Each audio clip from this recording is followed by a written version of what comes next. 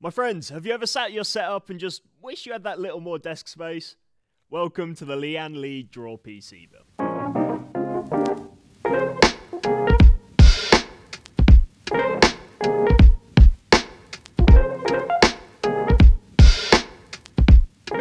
So I have made one of these before. I documented it on TikTok. It was a first revision and I can't say it was the cleanest build ever. Now we have a mock-up and everything seems to work well, so let's do it with a little bit more finesse and I'll take you guys along for the project. So this is it. A PC in an Alex drawer. Holds your desk up, fits your PC, and I personally think it looks great. If you're prepared to sacrifice some drawer space for extra desktop, then this is for you, and it's a fairly easy project. In this video, we'll go over what you need, build it, and show you the finished product. Oh, also shout out to the guy on Reddit I got the idea from. I'm not claiming this to be an original. Alright, before we go any further, let's start off with a little list of things you'll need. Preferably the Lian Li O11 Dynamic XL, but I'm sure you could make it work with other cases. They'd kind of have to be the same height though. If they were taller or shorter, it gets kind of complicated. An Alex drawer. In this video, I'm going to use a new one, but we have done this with an already built one. You just need to cut a few more holes and remove a few more drawers. You're going to need something to cut holes with. We just used a hole saw attachment on a drill. It's only MDF. A pen or some way of marking things out. And optional, but I really would suggest some form of active exhaust. Here we used an AC vent that I found on Amazon, but you kind of could use PC fans, I guess, if you wanted to. The one we have displays temp, lets you adjust the fans, and I think you can get it in a few different colours as well. A rear I/O, here we're just using like a 6-port wall plate, a kettle lead extension, and some grommets. These ones are 16mm. I'll try and put as much as I can down in the description below, just for some clarity on this. Alright, if you have most of these things, let's get started. If you're buying a new Alex drawer like me, especially for this project, here's where you'll want to start. After unboxing, identify both the side panels, the large ones with the rails on, and remove all but the top rail on both. Thankfully, we're still going to have one working drawer out of this, but more on that later. So these are the two side pieces and the back piece, and I think these three are the only ones we actually need to make holes in. So we need to make a slot similar to the intake on the case so the PC can actually breathe properly. So yeah, we're going to try and give that a go. If you're looking at the drawer front on, it's going to be the right panel that we start with. The front of the PC is going to be sitting flush with the front of the drawer, and the bottom of the PC is going to be sitting flush with the bottom of the side panel. So with this in mind, you can measure up your intake. We went by how far it is from the front of the case and how high it starts. Marked it out and cut accordingly. For this, we just used a hole saw and cut 3 holes evenly within our markings for the intake. And thankfully, they lined up perfectly with the fans. Listen, as long as the cutout's big enough and it's close enough to the intake, it should still serve its purpose, so don't worry too much. And for aesthetics, we just finished this off with some dust filter I had left over from a spare PC build. Conveniently, it's the perfect size. Alternatively, you could order some mesh from Amazon and cut it to size. I'll put the recommended one down below.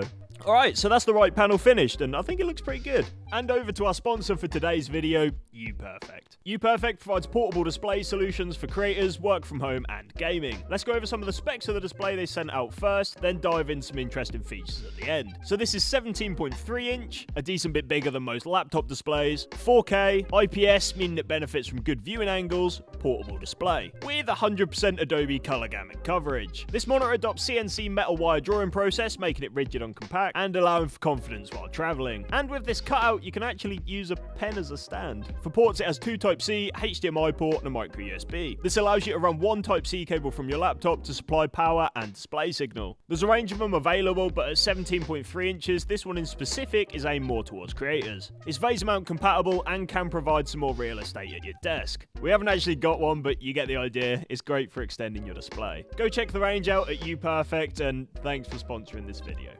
Alright, so that's the right panel finished, and I think it looks pretty good. Next, we're going to take the left panel and install the AC vent. Measuring for this, just take some extra care to make sure it sits just above the height of the case. If you get it right, it will work, and off the top of my head, it's around 52 centimeters, but please do your own measurements. Please excuse the lack of tools here. I regretfully didn't buy a multi-tool, and we had to make do. You know what any good tradie says, though? It doesn't matter what it looks like on the other side. A few inches later.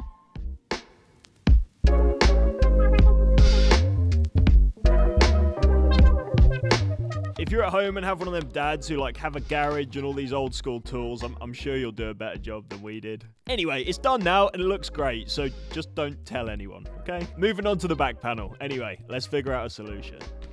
So it is indeed the next day, and we have a few more bits for the PC build. These should hopefully fix our problem where you don't have to shove your hand into the back of the drawer to get to your connections.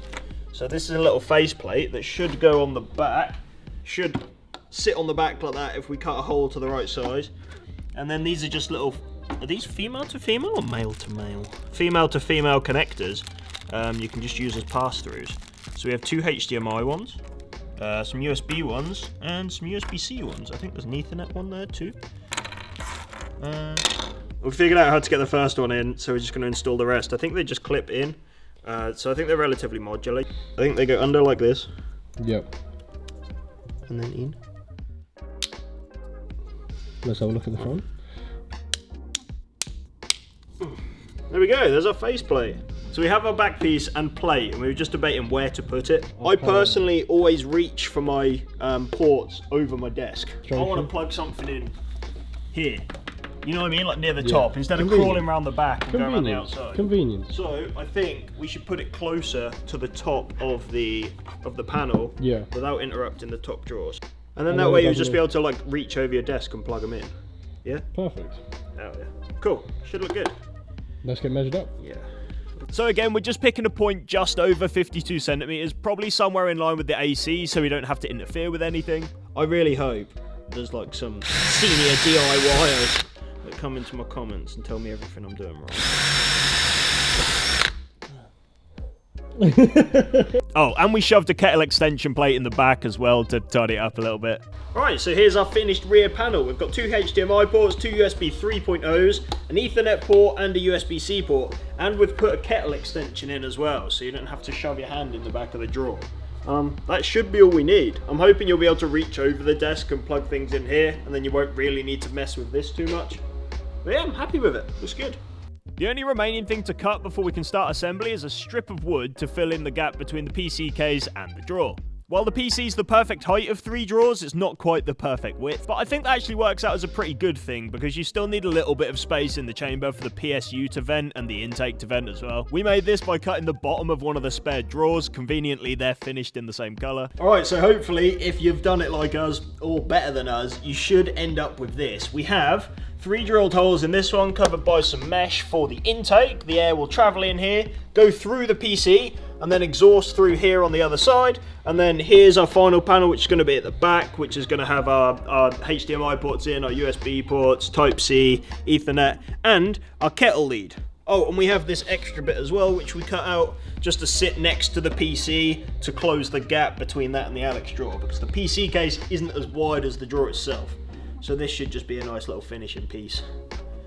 Yeah, let's put it together.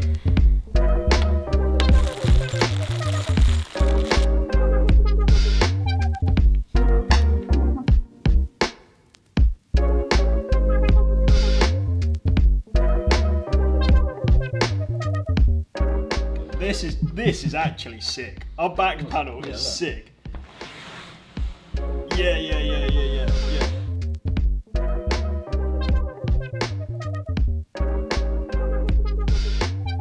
Right, we're almost there, just a few more bits. So we did overlook the fact that if you have a active exhaust like this one here, we're going to need run power to it, and I didn't fancy trailing the cable out of the hole they supply and running it down the drawer here. So we bought a 16mm bit for the drill, a wood bit, and then just some little rubber grommets as well. So the cable will run through here, and then a grommet will go whoop, on the end here to tidy it up a little bit. And that should be all the drilling and cutting we need to do. So modifications to this panel and both the side panels, and you're done. So we've attached the 2 drawer fronts here because this one's actually going to be a fake drawer front. We've only got 1 drawer in the build, but we need to cut out the other one for the active AC. So what we've done here is attach the top drawer and the second drawer together, so when you open the top drawer, this one should come out as well. We were waiting on some nice fancy metal brackets, but for the sake of finishing the video, we just thought we'd cut some bits of IKEA shelf out.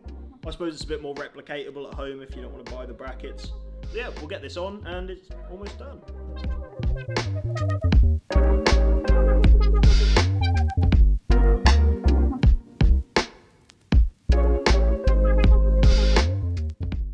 Now Now with the I/O connectors we put in the rear of the drawer, we're going to need to connect the same cables from the PC to them in order for the ports to work. I highly suggest you do this before pushing the PC in, unless you have very flexible arms. Oh, look at that. Come here. Look at that. Oh. Do you believe IKEA drawers come from the factory like that? They considered it when they made these drawers, didn't they? They did. They were like just the height for a Lian Li 11 Dynamic in white, is what they said. That is what they said. But it's it. Still got a functioning top drawer, a fake second drawer, and then our 3 drawers at the bottom are consumed by our PC. Come around this side, you can see the vents in here, and our mesh here. So the air should intake straight through here, and then exhaust out of here. If I pull this drawer open, you may be able to see. Yeah. Here's where exhaust is in the PC, and then that's where our active exhaust is there. So it should pull air out of the cabin, right? I wanted something non-destructive to install the side piece, because we're going to need to pull it off at some point, inevitably, to get the PC back out, work on it, so on.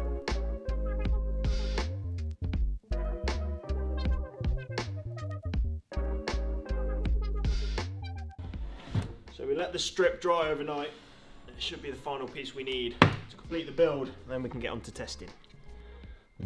Well, I think this is about as close as we're going to get to this, while still being able to remove it if we need to. You could probably get it a couple mil closer, but I'm pretty happy with how this is finished. And with that all said and done, I present to you Draw PC Mark II. Clean mesh intake on the side, active AC exhaust with dual ball bearing PWM fans, and a rear I/O that saves your arms. All while having access to the top drawer still. The active exhaust allows you to set when it ramps up, ramps down, monitor the internal temp of the drawer, and manually control the fans as well when it's time to game. Anyway, let's see how it performs. Right, so the idle temps actually seem pretty nice. It's probably about 20 degrees in here. The CPU sits around the 50 degree mark and the GPU more around 30 degrees. Testing on Assetto Corsa with the coffee racer plugged in, it seems to be chugging away happily and drifting as it should. And this is after about 30 minutes of gameplay, which is normally more than enough to get the PC up to temp. And it performs as it should on Fortnite as well. Maybe I don't anymore, but at least the system's keeping up. Now, a few things to keep in mind here. In this build, the graphics card is water-cooled, so the heat's being exhausted a bit more directly than if you had an air-cooled card. This probably helps to keep the internal temperatures and CPU temp down a little bit as well. Alright, so all in all, I think the project turned out really nice. It definitely serves the purpose of saving some space on your desk, and I'm hoping it can be fairly replicatable. Seeing both the Alex drawer and the PC are pretty common. Ultimately, is it worth it? I think yes. Especially if you have one of the existing parts or need to clear up some space on your desk. Like, it's a big case and it doesn't command any extra space on my setup, of course at the sacrifice of some drawer space. In hindsight, we probably should have got some better tools, but to be honest, the finished product doesn't look any worse because of it. It just cost us a bit more time. And if anything, I guess it shows you what's possible with very few tools. And it actually performs pretty well. Take care guys, and I'll see you in the next one.